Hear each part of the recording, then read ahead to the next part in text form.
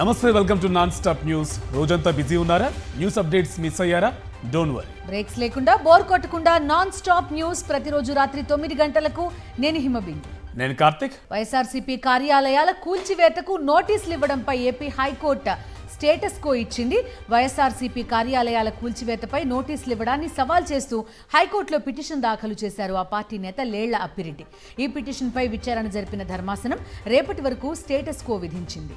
పూర్తి వివరాలతో కౌంటర్ దాఖలు చేయాలని రాష్ట్ర ప్రభుత్వాన్ని ఆదేశించింది. రేపు మరోసారి విచారణ జరపనుంది హైకోర్టు.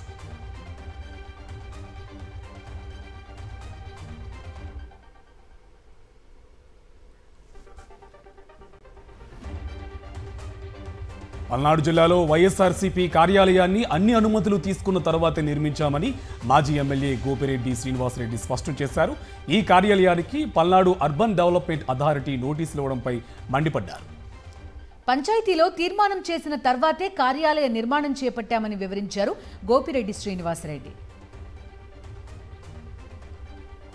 ఈ కార్యాలయాన్ని నిర్మించుకోవడం తప్పు కాదు. అది ఎక్కడైనా ప్రభుత్వ స్థలం ఇవ్వచ్చు అని చెప్పి పంచాయతీ తీర్మానాలు ఉన్నాయి. బిల్డింగ్ కట్టుకోవడానికి బిల్డింగ్ పర్మిషను చలానా కట్టాం. సంబంధిత అధికారుల చేత ప్లాన్ అప్రూవల్ ప్లస్ ప్రభుత్వానికి ఈ యొక్క బిల్డింగ్ కన్స్ట్రక్షన్ కోసం కూడా 1,49,800 రూపాయలు కన్స్ట్రక్షన్ కూడా చలానా కట్టడం జరిగింది. అంటే బిల్డింగ్ అన్ని పంచాయతీ లెవెల్లో అన్ని పర్మిషన్లు తీసుకొని కట్టడం జరిగింది. పాపట్లలో నిర్మాణంలో ఉన్న వైఎస్ఆర్సీపీ కార్యాలయంలోకి చొరబడి టీడీపీ కార్యకర్తలు హల్చల్ చేశారు. ఎమ్మెల్యే నరేంద్ర వర్మ ఆధ్వర్యంలో టీడీపీ జెండాలతో లోపలికి చొరబడి హంగామా చేశారు. గత టీడీపీ ప్రభుత్వంలో ఇచ్చిన జీవో ప్రకారమే వైఎస్ఆర్సీపీ ప్రభుత్వం పార్టీ కార్యాలయాలకు భూములు కేటాయించుకుందని ఎమ్మెల్యే నరేంద్ర వర్మ ఒప్పుకున్నారు.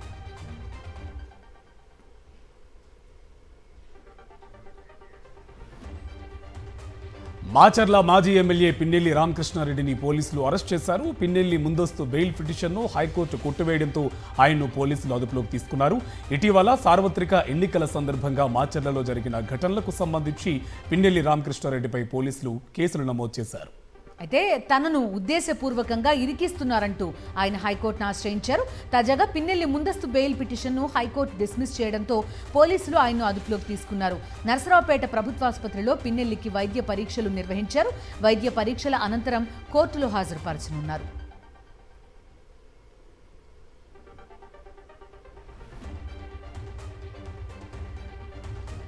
బాపట్ల జిల్లా రేపల్లె నియోజకవర్గంలో మంత్రి అనగాని సత్యప్రసాద్ అనుచరులు బరి తెగించారు. చెరుకుపల్లి మండలం కస్తూరివారిపేటకు చెందిన వైఎస్ఆర్సీపీ నేత వెంకటేశ్వర్లు ఇంటిని జేసీబీలతో పడగొట్టారు. గ్రామంలో ఉంటే చంపేస్తామని, గ్రామం విడిచి వెళ్లిపోవాలని టీడీపీ నేతలు తనను వేధిస్తున్నారని వెంకటేశ్వర్లు ఆవేదన వ్యక్తం చేశారు.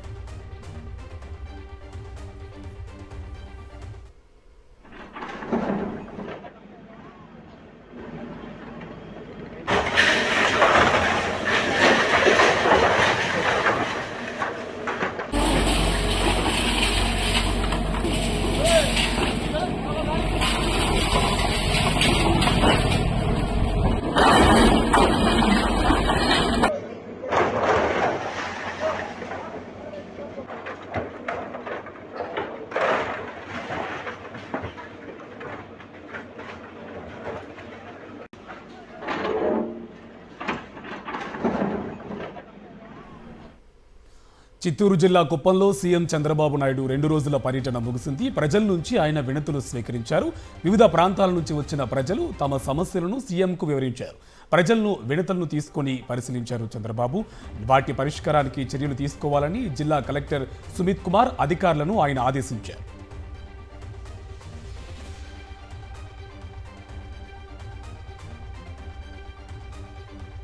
ఏపీ ఉప ముఖ్యమంత్రి పవన్ కళ్యాణ్ స్వచ్ఛాంధ్ర కార్పొరేషన్ చేపడుతున్న కార్యక్రమాలపై సమీక్ష జరిపారు. మంగళగిరిలోని తన నివాసంలో సమీక్ష చేపట్టారు. సంబంధిత అధికారులు సమీక్షలో పాల్గొన్నారు. కార్పొరేషన్ పనితీరుపై పవన్ కళ్యాణ్కు అధికారులు పవర్ పాయింట్ ప్రెజెంటేషన్ ఇచ్చారు. రేపు పంచాయతీరాజ్, గ్రామీణ నీటి సరఫరా శాఖలపై రివ్యూ చేయనున్నారు పవన్ కళ్యాణ్.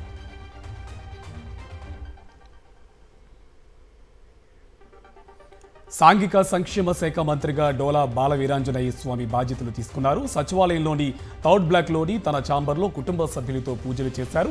తనపై నమ్మకంతో సీఎం చంద్రబాబు అప్పగించిన ప్రజా సంక్షేమ బాధ్యతలను సమర్థవంతంగా నిర్వహిస్తానని మంత్రి తెలిపారు. ప్రకాశం జిల్లా సింగరాయకొండలో గురుకుల బాలికల పాఠశాల కళాశాలకు అదనంగా సీట్లను మంజూరు చేస్తూ సంతకం చేశారు. షెడ్యూల్ కులాల సమగ్ర అభివృద్ధికి తన ప్రభుత్వం పూర్తి స్థాయిలో కృషి చేస్తుందని చెప్పారు.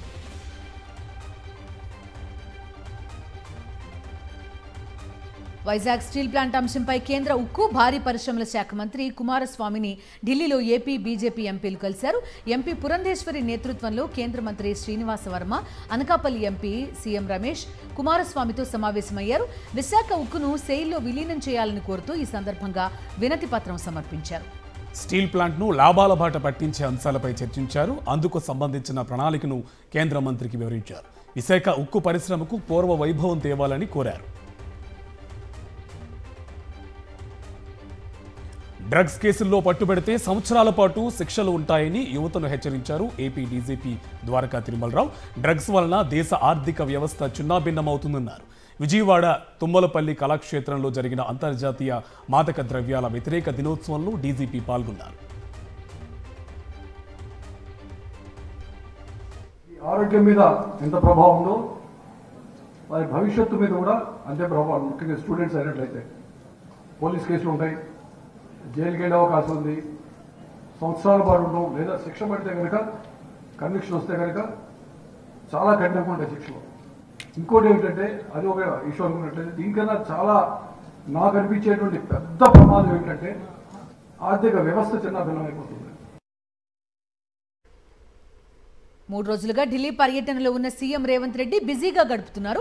రాష్ట్రానికి రావాల్సిన నిధులు, విభజన సమస్యలపై కేంద్ర మంత్రులను కలుస్తున్నారు. తాజాగా కేంద్ర మంత్రి నితిన్ గడ్కరీని కలిశారు. రాష్ట్రానికి సంబంధించి రోడ్ల విస్తరణ, కొత్త జాతీయ రహదారులు, నిధుల మంజూరు గురించి భేటీలో చర్చించారు.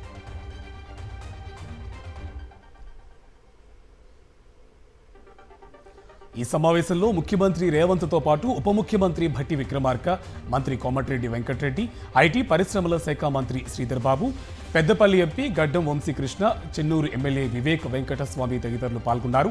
రాష్ట్ర రహదారులపై సమావేశం సుదీర్ఘంగా కొనసాగింది.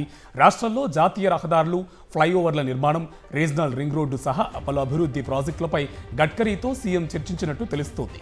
ఈ భేటీలో రాష్ట్ర ప్రభుత్వం చేపట్టిన రోడ్ల అభివృద్ధితో పాటు అంతర్జాతీయ సంస్థల నుంచి రావాల్సిన నిధుల గురించి చర్చించినట్టు సమాచారం.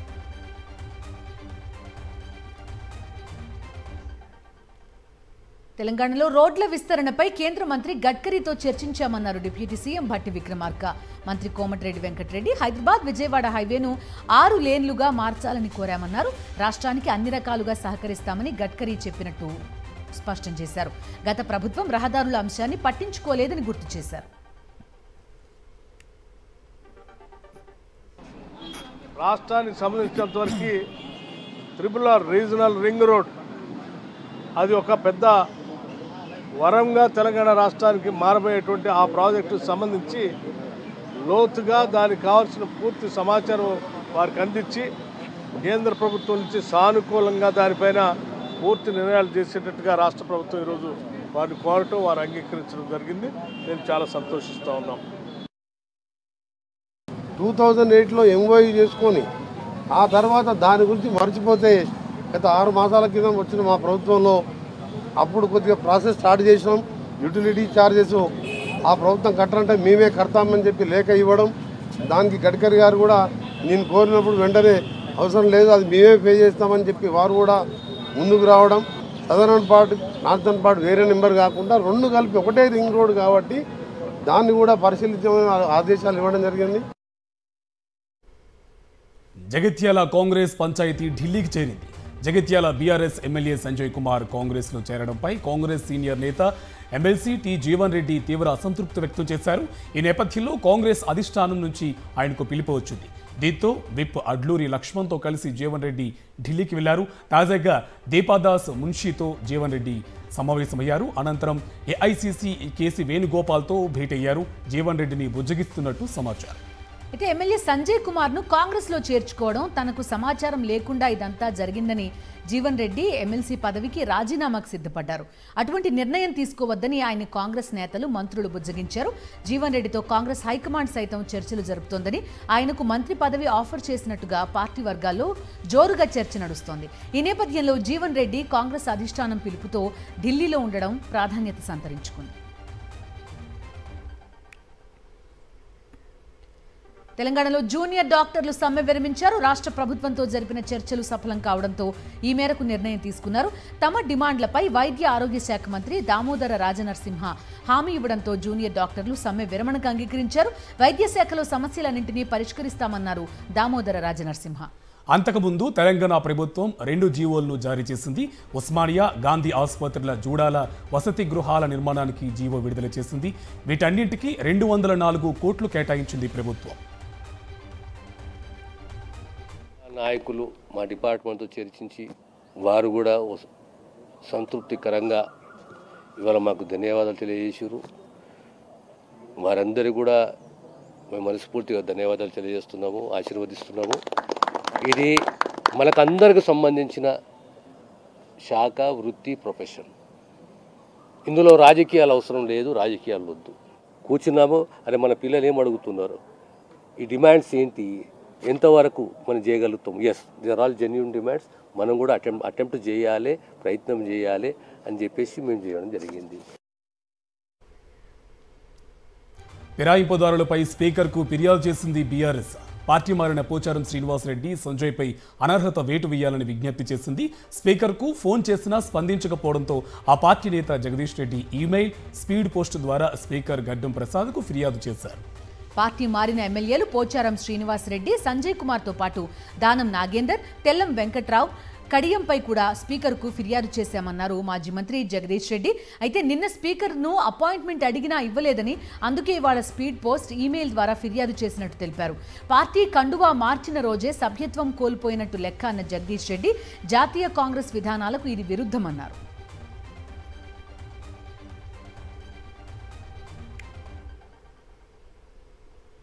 బాన్స్వాడ శాసనసభ్యుడిగా గెలిచిన పోచారం శ్రీనివాసరెడ్డి గారు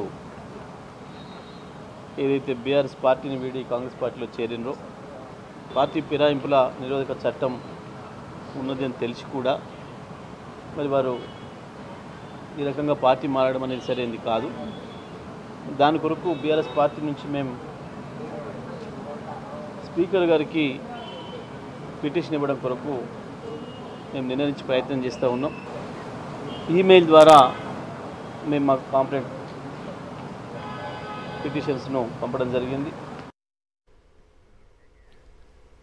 ఫ్లై యాష్ కుంభకోణంలో ఖచ్చితంగా మంత్రి పొన్నం ప్రభాకర్ ప్రమేయం ఉందన్నారు పాడి కౌశిక్ రెడ్డి. స్కామ్ జరగలేదని నిరూపించడానికి ప్రమాణం చేయడానికి పొన్నం ఎందుకు రాలేదని ప్రశ్నించారు ఆయన. ఫ్లై యాష్తో రోడ్లు దారుణంగా పాడవుతున్నాయని, ప్రజలు ఇబ్బందుల పాలవుతున్నారని మండిపడ్డారు.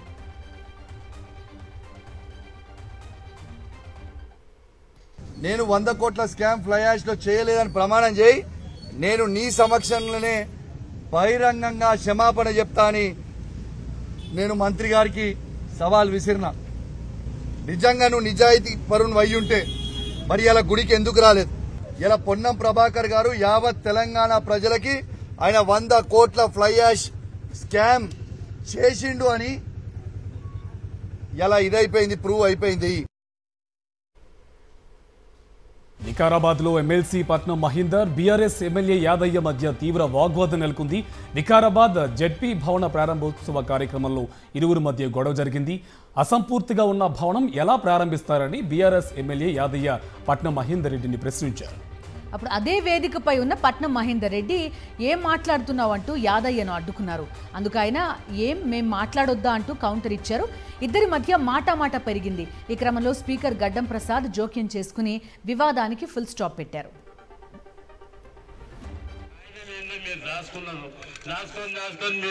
మీరే కాంట్రాక్ట్ చేసి మీరే చేసి ఒకసారి మాకు అరే ప్రసాదానికి చెప్పినావు కదా నన్ను కట్టించాడు నడుముడి నా ఇంటికి అని చెప్పిందా మరి కాగితం అది గురించి మాట్లాడడానికి మీరు ఎందుకంటే మాట్లాడతారు ఉన్నది మాట్లాడుతున్నా ఎందుకు మాట్లాడుతున్నా నా పేరు తీసుకున్నాను నా పేరు తీసుకోకపోతే మాట్లాడకండి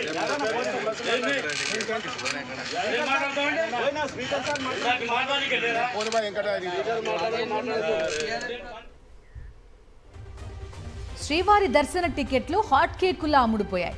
సెప్టెంబర్ నెల దర్శన టికెట్లను టీటీడీ ఆన్లైన్లో విడుదల చేసింది. 1:25 వ్యవధిలో ఆర్జిత సేవా టికెట్లను భక్తులు పొందారు. 2 నిమిషాల 30 సెకండ్ల వ్యవధిలోనే అంగప్రదక్షిణ టికెట్ల విక్రయాలు జరిగాయి. 10 నిమిషాల 11 సెకండ్ల వ్యవధిలోనే వయోవృద్ధులు వికలాంగుల దర్శన టికెట్లు పొందారు. 2 గంటల 6 నిమిషాల వ్యవధిలోనే 300 రూపాయల ప్రత్యేక ప్రవేశ దర్శన టికెట్లు భక్తులు పొందారు. 1:40 నిమిషాల వ్యవధిలోనే వసతి గదులు కోటాను భక్తులు పొందారు.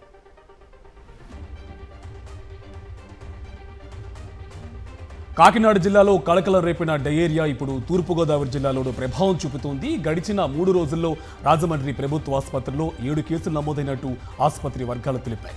అయితే అధికారులు ముందస్తు జాగ్రత్తలు తీసుకుని ప్రభుత్వ ఆసుపత్రిలో ప్రత్యేక వార్డులను ఏర్పాటు చేశారు.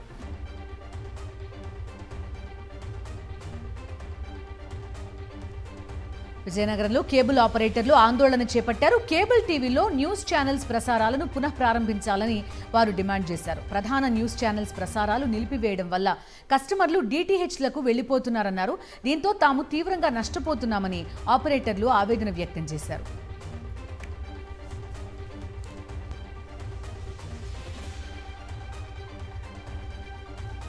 నంద్యాల జిల్లాలో చిరుత కోసం వేట కొనసాగుతుంది. నంద్యాల గిద్దలూరు ఘాట్ రోడ్లోని సిరివెల్ల మండలం పచర్లలో చిరుత మహిళపై దాడి చేసింది. కట్టెల కోసం అడవిలోకి వెళ్లిన మాజీ సర్పంచ్ షేక్ మెహరుండీసాను చంపి తలను తినేసింది చిరుత. కేకలు విన్న స్థానికులు వెళ్లి చూసేసరికి ఆమె మొండెం మాత్రమే లభ్యమైంది. కొన్ని రోజులుగా ఈ ప్రాంతంలో చిరుత సంచరిస్తోంది.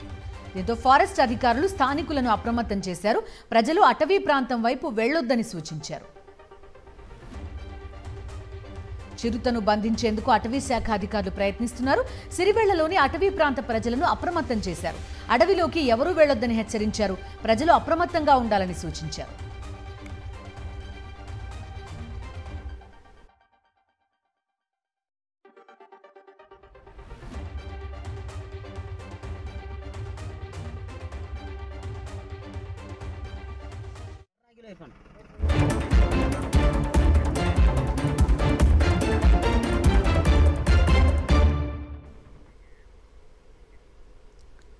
జాతీయ వార్తలు చూద్దాం. లిక్కర్ పాలసీ స్కామ్ కేసులో ఢిల్లీ ముఖ్యమంత్రి అరవింద్ కేజ్రీవాల్ కు ఊరట దక్కే సూచనలు కనిపించడం లేదు.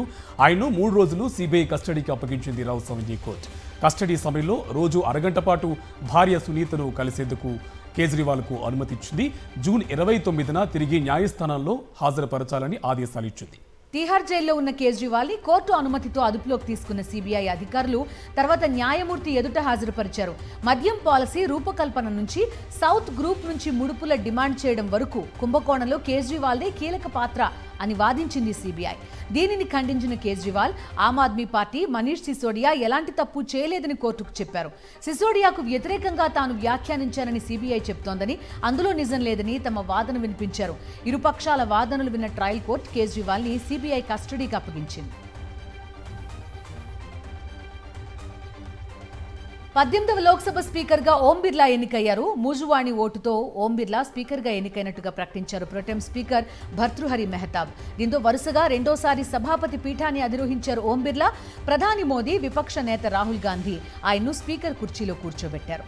అనంతరం లోక్సభ సభ్యులంతా స్పీకర్ ఓం బిర్లాకు అభినందనలు తెలియజేశారు.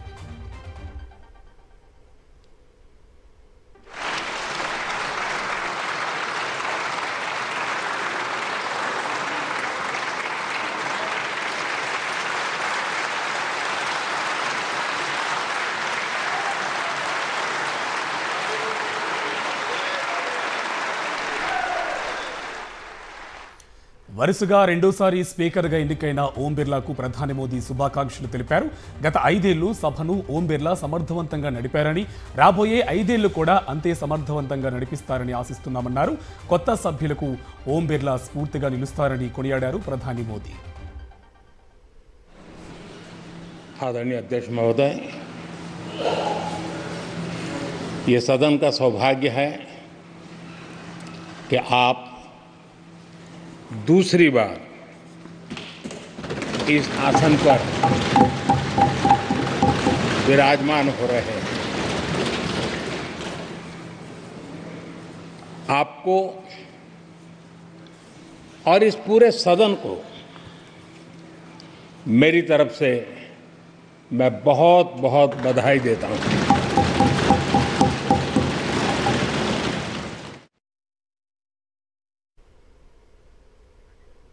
విపక్ష నేత రాహుల్ గాంధీ సైతం స్పీకర్ ఓం బిర్లాకు శుభాకాంక్షలు తెలిపారు. సభను సజావుగా నడపడంలో ప్రతిపక్షాల మద్దతు ఎప్పుడూ ఉంటుందన్నారు.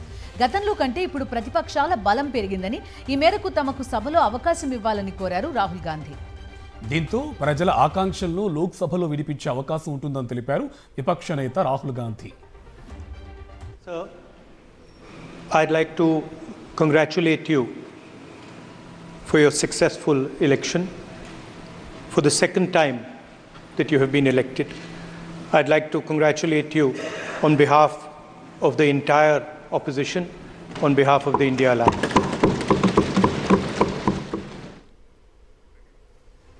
వరుసగా రెండోసారి లోక్సభ స్పీకర్గా ఎన్నికైన ఓం బిర్లాకు అభినందనలు తెలిపారు వైఎస్ఆర్సీపీ లోక్సభ పక్షనేత పివి మిథున్ రెడ్డి. గడిచిన 5 ఏళ్లు సభను హుందాగా నడిపారని, ప్రజాస్వామ్య విలువలు నిలబెట్టారని కితాబిచ్చారు. కొత్తగా ఎన్నికైన సభ్యులకు మాట్లాడే అవకాశం ఇచ్చారని, అదే తరహాలో వచ్చే 5 ఏళ్లు సభను విజయవంతంగా నడపాలని ఆకాంక్షించారు Mithun Reddy. I take this opportunity on behalf of YSR Congress Party to congratulate you for being elected to this esteemed position. Sir, in your previous term, you conducted yourself with lot of dignity, and I must really appreciate the way your dedication to uphold the values of our democracy. We wish that even in this term, it is marked with success, and you continue the same initiatives like you encourage the newcomers in the last term, and you give a fair chance to everybody in this house. We assure you our full cooperation, sir. All the best for this tenure for you. Thank you very much. కేంద్ర మంత్రులను లోక్సభకు పరిచయం చేశారు ప్రధానమంత్రి నరేంద్ర మోదీ. రక్షణ మంత్రి రాజ్నాథ్ సింగ్, కేంద్ర హోంమంత్రి అమిత్ షా, ఆర్థిక మంత్రి నిర్మలా సీతారామన్ సహా మంత్రివర్గ సహచరులను పేరు పేరున సభకు పరిచయం చేశారు. కేంద్ర విద్యాశాఖ మంత్రి ధర్మేంద్ర ప్రధాన్ పేరును ప్రధాని ప్రస్తావించగానే నీట్, షేమ్ అంటూ నినాదాలు చేశారు ఇండియా కూటమి ఎంపీలు.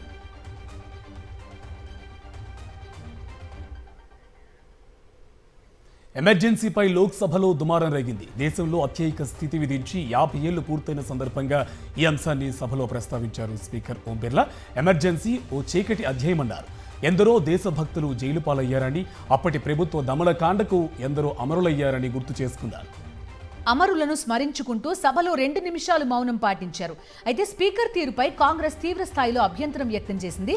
దేశంలో అప్రకటిత ఎమర్జెన్సీ నడుస్తోందంటూ నినాదాలు చేశారు ఇండియా కూటమి సభ్యులు.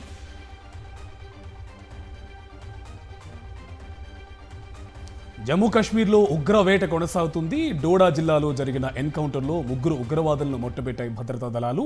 గండా ప్రాంతంలో ముష్కరులు నక్కారన్న సమాచారంతో సెర్చ్ ఆపరేషన్ చేపట్టాయి సెక్యూరిటీ బలగాలు. ఎదురుకాల్పుల్లో 3 టెర్రరిస్టులను హతమార్చాయి. మరోవైపు భారతీయ వాయుసేన కీలక స్థావరం ఉన్న పఠాన్కోట్ జిల్లాలో భారీ ఆయుధాలతో 2 ఉగ్రవాదులు సంచరిస్తున్నట్టు భద్రతా దళాలు గుర్తించాయి. దీంతో జిల్లా వ్యాప్తంగా హై అలర్ట్ ప్రకటించాయి భద్రతా దళాలు.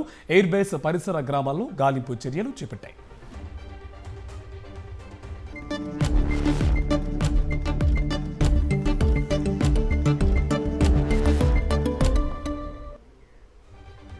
బిజినెస్ అప్డేట్స్ చూద్దాం. స్టాక్ మార్కెట్లు ఇవాళ కొత్త రికార్డులు సృష్టించాయి. సెన్సెక్స్ 620 పాయింట్ల లాభంతో 78,674 పాయింట్ల వద్ద ముగిసింది. నిఫ్టీ 147 పాయింట్ల లాభంతో 23,868 పాయింట్ల వద్ద ముగిసింది. ఇక సెక్టార్ సూచీలో టెలికాం సూచీలు 2.30%, బ్యాంకెక్స్ సూచీలు 0.58%, ఆయిల్ అండ్ గ్యాస్ సూచీలు 0.98% లాభపడ్డాయి. నిఫ్టీ టాప్ గెయినర్స్ లిస్ట్ లో రిలయన్స్ ఇండస్ట్రీస్ 3.88%, భారతీ ఎయిర్టెల్ 3.33%, అల్ట్రాసెమ్కో 2.85% లాభపడ్డాయి. నిఫ్టీ టాప్ లూజర్స్ లిస్ట్ లో Apollo Hospitals 2.52%, M&M 1.81% నష్టపోయాయి.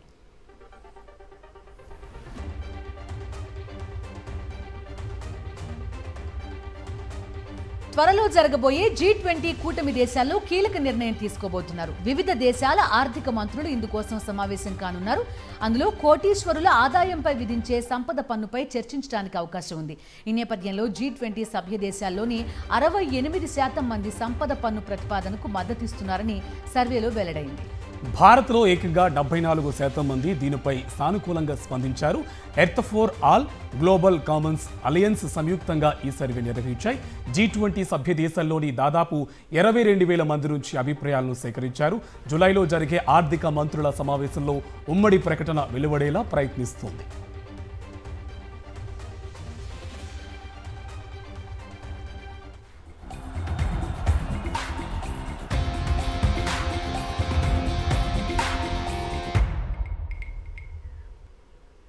Sports update చూద్దాం. 2024 T20 వరల్డ్ కప్ తొలి సెమీఫైనల్కు సమయం ఆసన్నమైంది.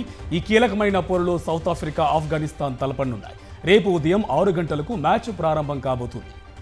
ఈ టోర్నీలో సౌత్ ఆఫ్రికా అజేయంగా సెమీస్కు అర్హత సాధిస్తే ఆఫ్ఘాన్ సంచలన విజయాలతో దూసుకొచ్చింది. కీలకమైన సెమీస్లో కూడా జోరు ప్రదర్శించి ఫైనల్కి దూసుకెళ్లాలని ఇరు జట్లు ఉవ్విళ్లూరుతున్నాయి. అయితే ఈ రెండిట్లో ఏ జట్టు నెగ్గినా ఫైనల్కు చేరడం ఇదే తొలిసారి.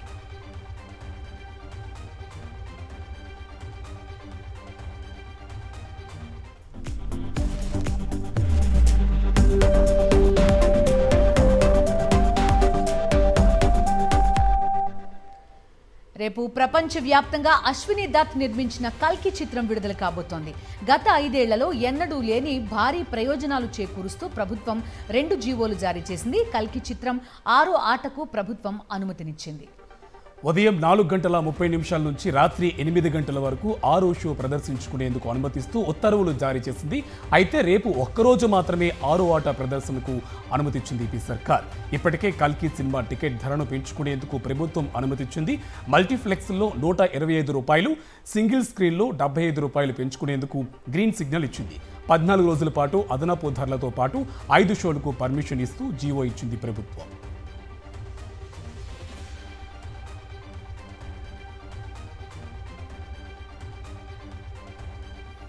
ఇవి ఇప్పటివరకున్న నాన్ స్టాప్ న్యూస్ అప్డేట్స్.